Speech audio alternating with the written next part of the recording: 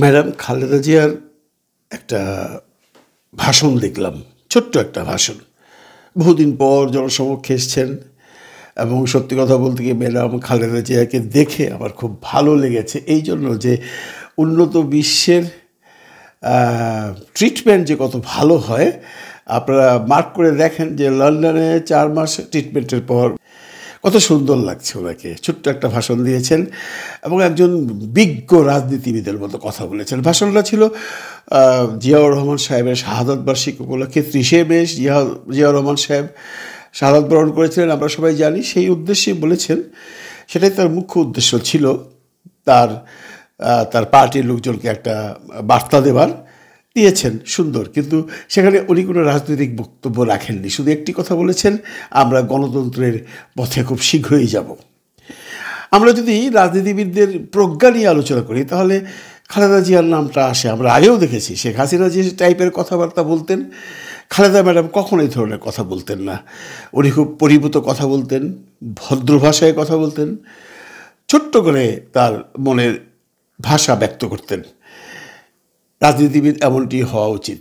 আমরা গতকালকে ওনার সুপুত্র জনাব তারেক রহমানের ভাষণও দেখেছি। ওখানে তার যে বডি ল্যাঙ্গুয়েজ, সেটা কোনো অবস্থাতেই বাংলাদেশের মানুষ মেনে নেয়নি। এটা আপনারা যেভাবেই বলেন। এবং এই ইলেকশন নিয়ে যে ওনার এক জায়গায় মানে বসে থাকা, যে আমি ডিসেম্বরে নির্বাচন চাই, এটা বলে উনি যেটা বোঝাতে চেয়েছেন সেটা শেষ পর্যন্ত কি হবে সেটা আমরা কেউই এখন পর্যন্ত আঁচ করতে পারছি না। কারণ আমরা সাথে সাথেই দেখলাম ইউনূস সাহেব জাপান থেকে বসে বলেই দিয়েছেন নির্বাচন জুনে হবেন।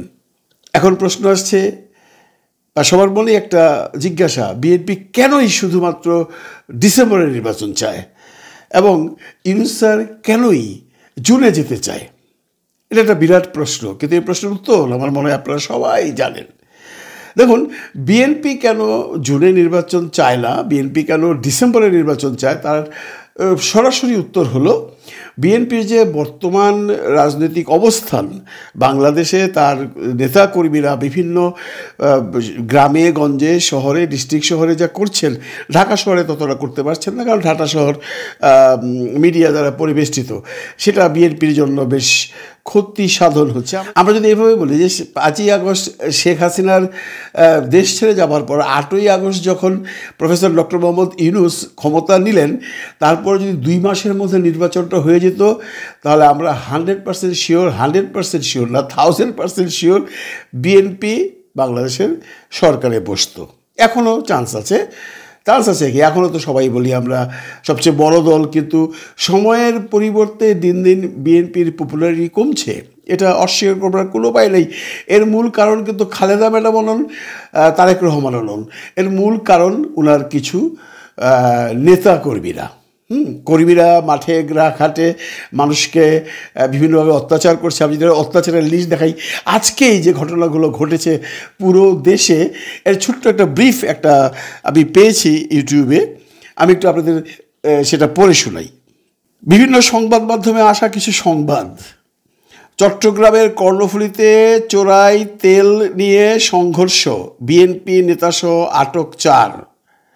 সময়ের আলো পত্রিকার নাম। নারায়ণগঞ্জে কুরবানি হাটের শিডিউল নিয়ে দুপক্ষের মারামারি, বিএনপি নেতাসহ আহত 20। ইত্তেফাক। কুড়িগ্রামে পশুরহাটে চাঁদাবাজির মামলায় বিএনপির আহ্বায়ক গ্রেপ্তার, পরে জামিন। সমকাল। কক্সবাজারে ঘুষ লেনদেনের সময় হাতে নাতে বিএনপি নেতা আটক। কালের কণ্ঠ। চট্টগ্রামের সীতাকুণ্ডে বিএনপির 2 গ্রুপের সংঘর্ষে যুবদলের 1 কর্মী নিহত। আজকের পত্রিকা। এরকম আমি একটা দিলাম, এরকম আরও বহু আছে এবং বহু খবর বিভিন্ন মাধ্যমে আসছে না বা পাচ্ছে না।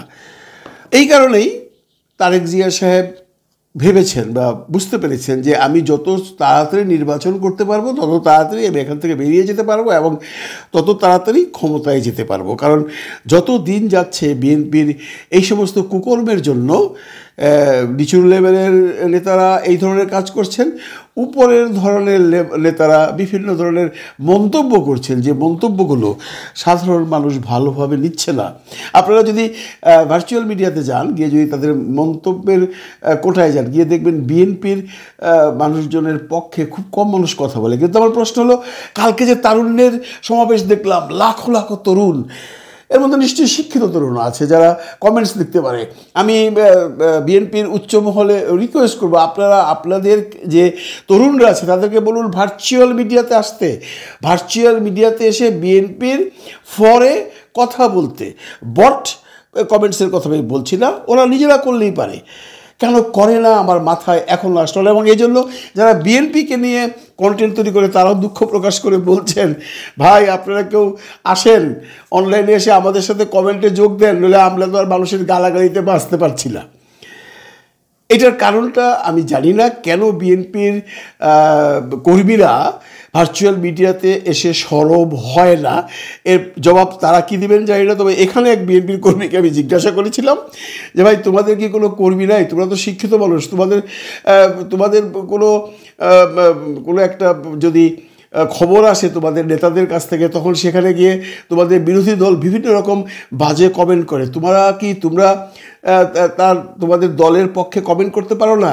উনি আমাকে উত্তর দিয়েছেন, তারেক জিয়া সাহেব বলে দিছে কেউ কোনো কমেন্ট করবা না, ওরা যা ইচ্ছা তাই বলে যাক। ঘটনা সত্য মিথ্যা আমি জানি না, যদি এটা হয়ে থাকে তাহলে আমার কিছু বলার নেই। কিন্তু এটা যদি হয় তাহলে ভার্চুয়াল মিডিয়াতে বিএনপি পিছিয়ে যাচ্ছে। এখন আসুন, ইউনূস স্যার কেন জুন করছে?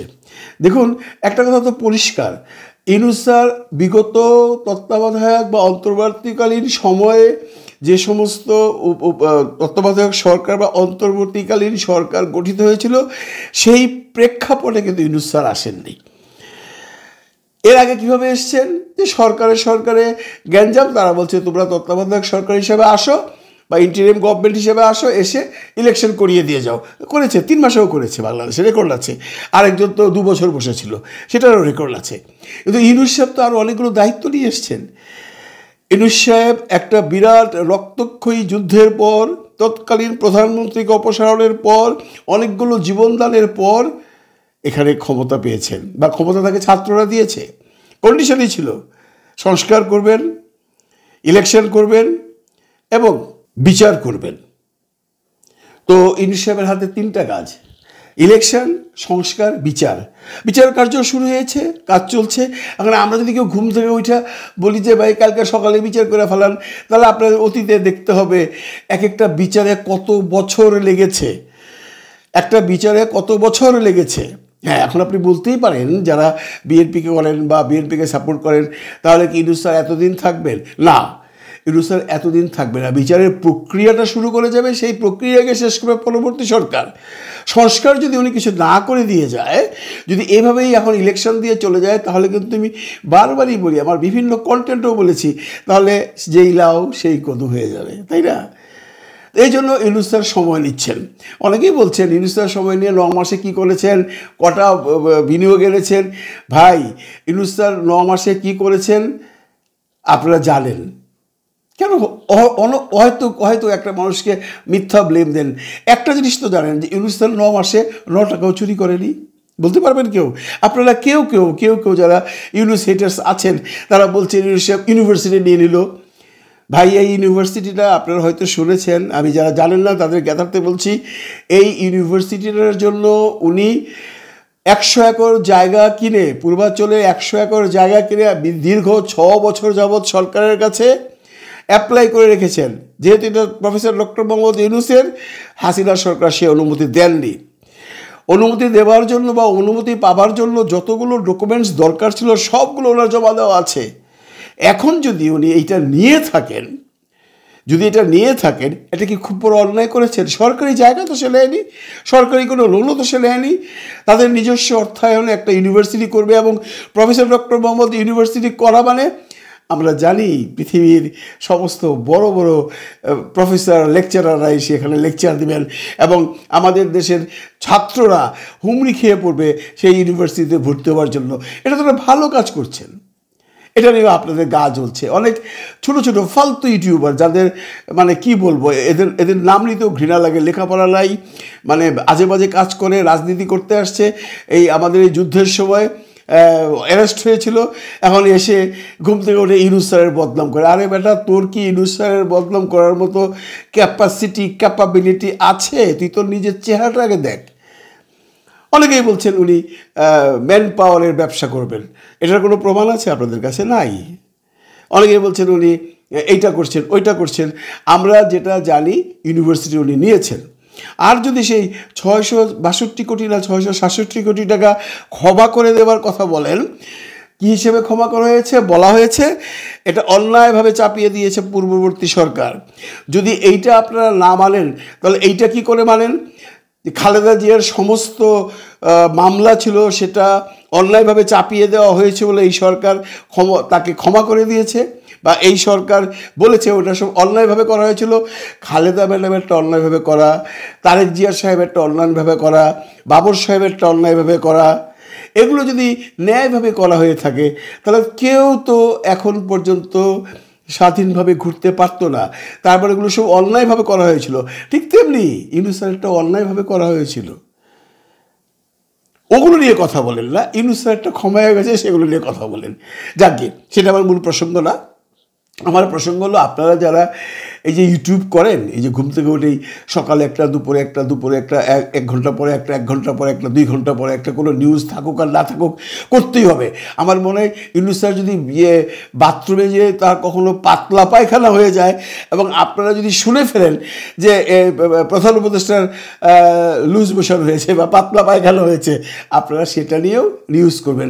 আপনারা ভাববেন, আচ্ছা ওনার এটা হলো কেন, উনি কি খেয়েছিলেন, ওনার এটা খাওয়া উচিত না, উনি নিশ্চয়ই এটা করেছিলেন, উনি নিশ্চয়ই ওইটা খেয়েছিলেন, ভিডিও বানাবেন।